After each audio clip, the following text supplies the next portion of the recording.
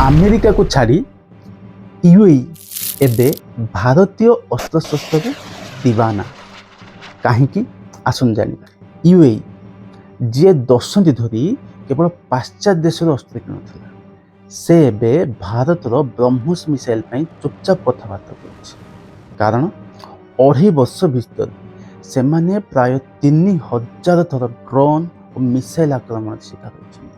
ବ୍ରହ୍ମୋସ ଏମିତି ଏକ ବିପଜ୍ଜନକ ମିସାଇଲ ଯାହା ଶବ୍ଦଠାରୁ 3 ଗୁଣ ଅଧିକ ବେଗରେ ଚାଲେ। ଆଉ ମଜାର କଥା ହେଉଛି ଆମେରିକାର ଟମାହକ୍ ମିସାଇଲ ତୁଳନାରେ ଏହାର ଦାମ ବହୁତ କମ୍, କିନ୍ତୁ କ୍ଷମତା 9 ଗୁଣ ଅଧିକ। ଯେଉଁ ଭାରତ ଗୋଟିଏ ସମୟରେ ଅସ୍ତ୍ର ଆମଦାନୀ କରୁଥିଲା, ସେ ଆଜି 80ରୁ ଅଧିକ ଦେଶକୁ ଅସ୍ତ୍ର ବିକ୍ରି କରୁଛି।